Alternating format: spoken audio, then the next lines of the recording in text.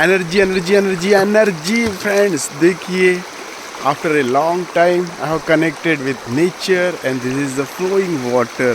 कितना खूबसूरत ये पानी है और कितना मस्ती से बह रहा है।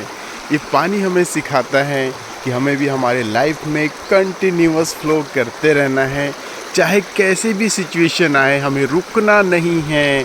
कुछ निगेटिव हो गया, कुछ फेलियर हो गया तो भी हमें बाउंस बैक करना है हमारी लाइफ में और इस पानी की तरह कंटिन्यू फ्लो होते रहना है ताकि हम अपनी मंजिल को पालें।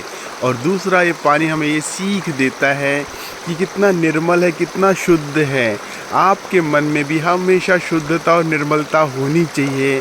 किसी के लिए कोई नेगेटिव थॉट, नेगेटिव विचार ऐसा कुछ भी नहीं होना चाहिए। तब जाकर आप इस पानी की तरह पवित्र, शुद्ध होंगे और अपनी लाइफ को एनर्जेटिक तरीके से जिएंगे। दोस्तों, थैंक यू सो मच।